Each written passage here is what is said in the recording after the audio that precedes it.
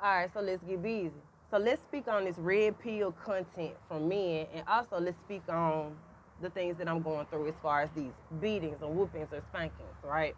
From people in the industry, whatever. Okay, so let's talk about this, right? This red pill content where we have men saying like, if a woman disrespects you or you don't feel respected by a woman, you need to beat her ass.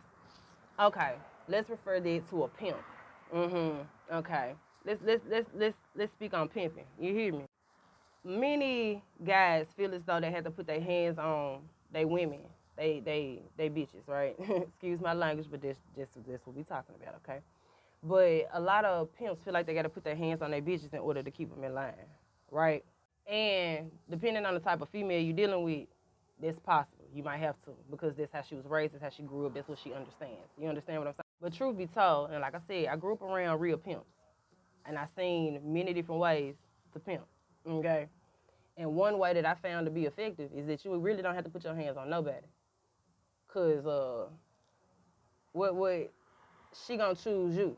If she choosing and she wants you, she gonna choose you. You understand what I'm saying? And in my opinion, as a player, back in the day, you hear me? I'm retired.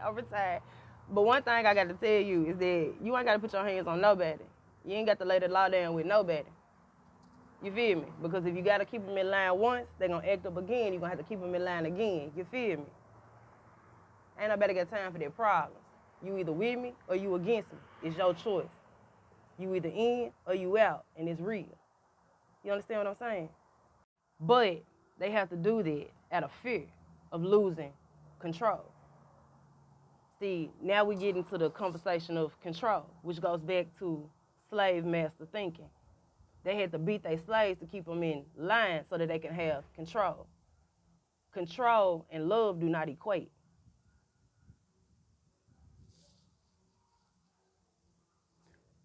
Neither does fear and love.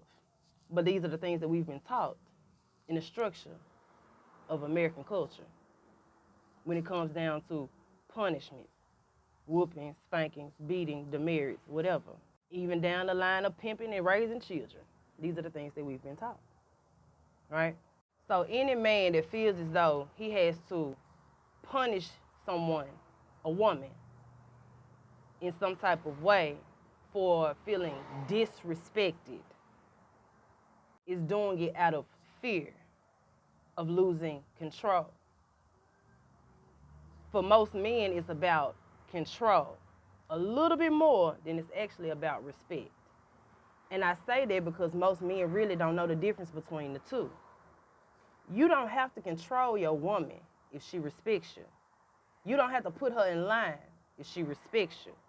If there's a lack of respect in communication between the bond between you and whoever, it's a simple conversation, a simple action that needs to be had. But beating somebody into respecting you is only an ego. It's an ego thing, and it's about control. And a lot of this red pill content that's been spilled out nowadays, where they will use another woman to try to get another woman to feel jealous or submit to them, it's about control.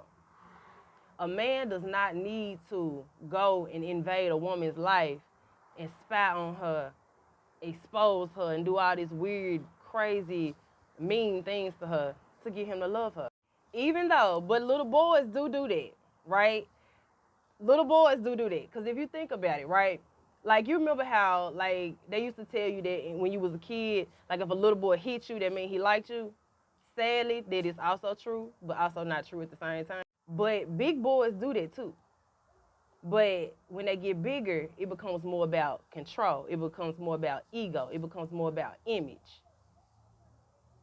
If you get into a relationship with a person like that, you will never have respect for that person. And if you decide to stay with that person, it's only a matter of doing what they say because of the lifestyle, the livelihood, the fact you don't feel like leaving, whatever the reasons you tell yourself to stay. But we both know that it's about control. A man will literally sabotage your life and himself just to keep you in pocket because he's afraid to grow. And then that's another conversation about control. There's also another conversation about whoopings and spankings too. Any man that feels as though he needs to check you or humble you in some type of way, or feels as though you're asking for too much, because you're supposed to be his queen, his everything, his fine china. And if he ever feels as though you're asking for too much and he has to check you, especially repeatedly, habitually, those are small, micro, passive-aggressive ways of whooping and or spanking you or checking you by putting you in check. If you put somebody in check, you keep them in line. You understand what I'm saying? Now, any man who does that out of fear. Because, like I said, in a lot of cases, they'll go after the big woman, you know, the top dog woman, right? And they'll try to break her down little by little by little by little. Because that woman is going to require that man to upgrade himself and become more with himself. Be more out of yourself. But he's afraid to be more because some men are afraid of losing. And instead of winning, they'll rather stick where they are, which essentially is losing. So then they'll break you down too. Now you both have lost and nobody has won. And it's just simply about control. Now, is he doing it because he loves you? Is he putting you in check because he loves you? Is he humbling you because he loves you? Or is he doing it out of fear? Come on, let's get